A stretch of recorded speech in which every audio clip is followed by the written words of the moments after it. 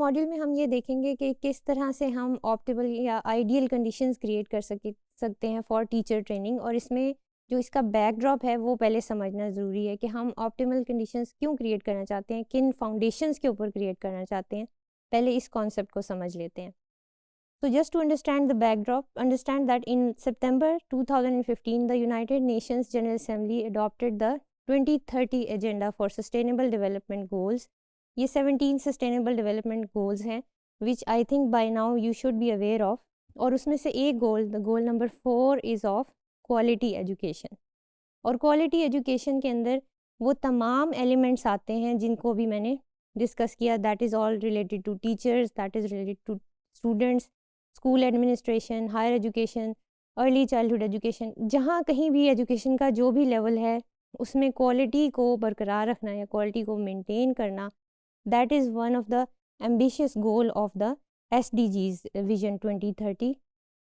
और इसमें हम इसी को प्रमोट करने के लिए या इसको अचीव करने के लिए बाकी तमाम चीज़ें जो फ्रेमवर्क अभी हमने पहले डिस्कस किया, that is also part of fulfilling the goal of SDG goal number 4. These SDGs represent a framework of action. और बेसिकली क्या है कि ये 17 गोल्स जो हैं they are importantly of the people, by the people and for the people. वो जिन countries जो भी सिग्नेटरी हैं of the sustainable development goals की, वो कंट्रीज़ उन्होंने ये सारे गोल्स को अचीव करने के लिए एक मकसद या एक पर्पस या एक फॉर्मली उसको एग्रीमेंट दिया है, and they are working on achieving those goals, आप यूँ कह सकते हैं जी. Foundations for creating optimal conditions. अब ऑप्टिमल कंडीशंस को क्रिएट करने के लिए 3 एलिमेंट ऐसे हैं जो कि डिराइव किए गए हैं from the ICT competency for teachers framework, जो यूनेस्को का अभी हमने प्रीवियसली डिस्कस किया.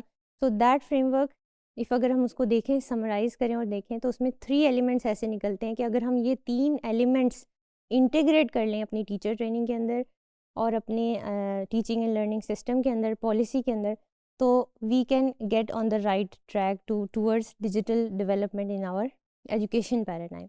The first one is knowledge societies. The second one is universal design for learning. इसके ऊपर पहले भी हमने थोड़ी सी बात की है कि UDL जो है वो बेसिकली क्या चीज़ है और ये कौन सा कॉन्सेप्ट है. Basically it is an advance या extension on the concept of inclusion, और आगे से इंक्लूजन को अचीव करने के लिए UDL जो है वो प्रपोज किया. UDL की बात की गई कि क्या है, इसको हम आगे थोड़ा सा और भी देख लेंगे.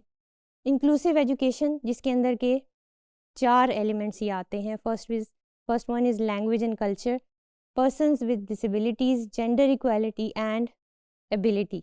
Now these are the 3 elements that will create optimal conditions for teacher training, और इनको इंटीग्रेट करना जो है वो बहुत ही बेनिफिशियल होगा. The first one is knowledge societies. Knowledge societies are societies in which people have the capabilities not just to acquire information but also to transform it into knowledge and understanding which empowers them to enhance their lives and livelihoods. इसकी example हम यूँ ले सकते हैं कि there is a certain theory that you have read about child development. आपने बहुत सी theories पढ़ी होंगी. पियाजे की थ्योरी पढ़ी होगी, आपने मोरल डेवलपमेंट की थ्योरी पढ़ी होगी, आपने जोन ऑफ प्रॉक्सिमल डेवलपमेंट की बारे में जाना होगा. So all of these are theories, but until or unless you don't put them into practice or integrate them in your classroom teaching, आपको नहीं मालूम होगा कि इस सारे के सारे इंफॉर्मेशन या नॉलेज का मुझे कैसे बेनिफिट हो रहा है. तो नॉलेज सोसाइटीज़ का जो मकसद है वो ये है कि whatever you have gained you should practically implement it and then share that insight with other people. तो इससे क्या है कि वो नॉलेज सोसाइटीज़ जो हैं वो अगर आप स्कूल लेवल पर क्रिएट करना चाहते हैं वो भी आप कर सकते हैं, कॉलेज लेवल पर भी की जा सकती हैं, यूनिवर्सिटी लेवल पर भी, और अगर आप ऑनलाइन कोई ऐसी नॉलेज सोसाइटी क्रिएट करना चाह रहे हैं, they should also be helpful for this purpose. तो ये एक यूनेस्को की रिकमेंडेशन है कि knowledge societies can be helpful to create these conditions. फिर UDL की मैंने बात की.